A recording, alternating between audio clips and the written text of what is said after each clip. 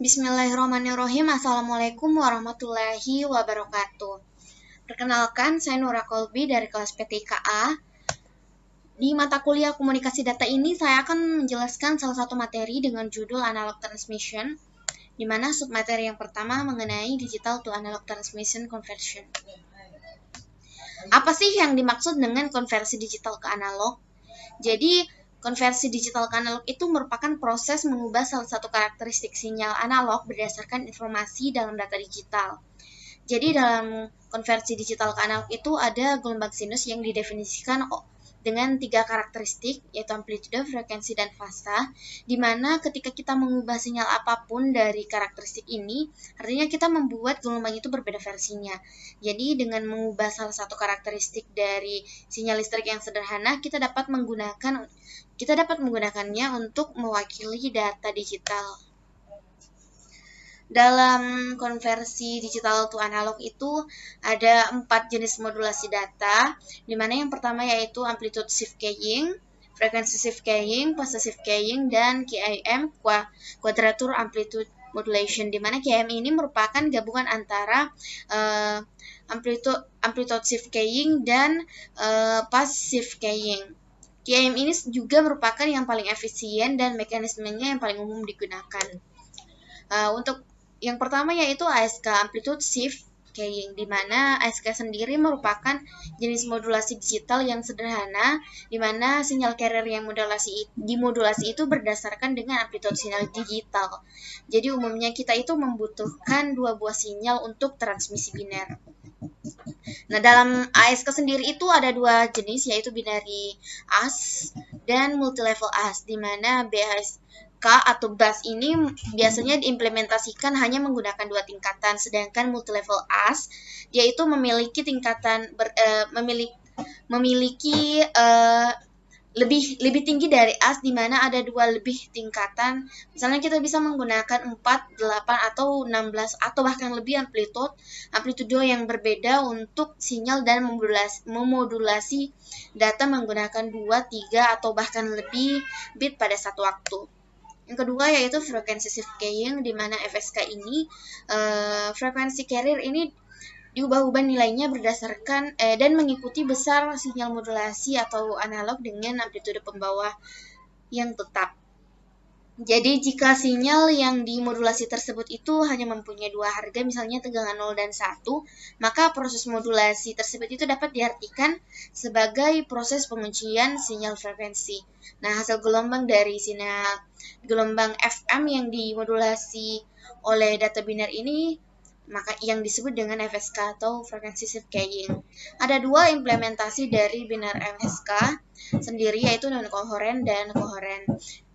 Yang non-kohoren itu mungkin ada yang diskontinuitas dalam fase ketika elemen sinyal yang berakhir dan berikutnya dimulai. Sedangkan yang kohoren itu fasenya itu terus melalui batas dari 2 elemen sinyal. Yang ketiga yaitu PSK, di mana pas shift keying ini dalam pergeseran fase keying itu fase dari carriernya itu bervariasi untuk mewakili 2 atau lebih elemen sinyal yang berbeda. Jadi kedua puncak amplitudo dan frekuensinya itu tetap konstan sebagai perubahan fasa. PSK itu lebih umum daripada ASK dan FSK, namun kita dapat melihat bahwa KIM itu menggabungkan antara ASK dan PSK, yang disebut adalah metode yang dominan data digital ke sinyal analog. Kemudian dalam PSK itu ada yang disebut dengan binary PSK, di mana yang para PSK yang paling sederhana adalah PSK biner, di mana kita hanya memiliki 2 elemen sinyal, yaitu 1 elemen fasa 0 derajat dan 180 derajat. Binary PSK ini sendiri merupakan yang paling sederhana seperti dengan binary AS, dan dengan satu keuntungan yang paling besar yaitu tidak rentang terhadap noisy. Yang terakhir yaitu quadrature amplitude modulation, di mana QAM ini merupakan sebuah skema modulasi yang membawa data dengan mengubah atau memodulasi amplitude dari 2 gelombang pembawa. Nah, kedua gelombang tersebut itu biasanya Di sinusoidal berbeda dengan fase yang lainnya sebesar 90 derajat dan oleh karena itu disebut dengan carrier quadrature. Nah, QM sendiri ini merupakan kombinasi antara ASK dan PSK. Jadi, konstelasi sinyalnya itu berubah sesuai dengan amplitude atau jarak dari titik asal ke titik konstelasi dan juga berdasarkan pasnya, yaitu titik konstelasi tersebar di bidang kompleks. Yang kedua yaitu mengenai analog to analog transmission conversion. Jika kita berbicara tentang konversi analog-analog, itu pasti kita bertanya mengenai mengapa sih diperlukan proses modulasi sinyal analog jika sinyalnya itu sudah analog. Nah, modulasi ini diperlukan untuk jika media di alam itu adalah bandpass atau jika hanya ada saluran bandpass yang tersedia, misalnya di stasiun radio. Nah, di stasiun radio ini regulasi itu memberikan bandwidth yang sempit untuk setiap stasiun radio. Nah, sinyal analog yang dihasilkan itu adalah sinyal low pass di mana semua dalam range yang sama. Jadi untuk dapat mendengarkan stasiun yang berbeda, sinyal low pass itu harus digeser dan masing-masing untuk rentang yang berbeda. Kemudian dalam konversi analog ke analog sendiri itu ada 3 modulasi. Yang pertama amplitude modulation, frequency modulation, dan phase modulation. Nah, dalam AM atau amplitude modulation itu sendiri merupakan pembawa modulasi sehingga dalam amplitude itu bervariasi dengan amplitude perubahan dari sinyal modulasi. Frekuensi dan fase dari carrier yang sama itu hanya perubahan yang amplitude dan mengikuti variasi informasi. M sendiri ini biasanya diimplementasikan dengan menggunakan multiplier sederhana karena amplitude dari sinyal pembawa itu perlu diubah sesuai dengan amplitude dari sinyal modulasi.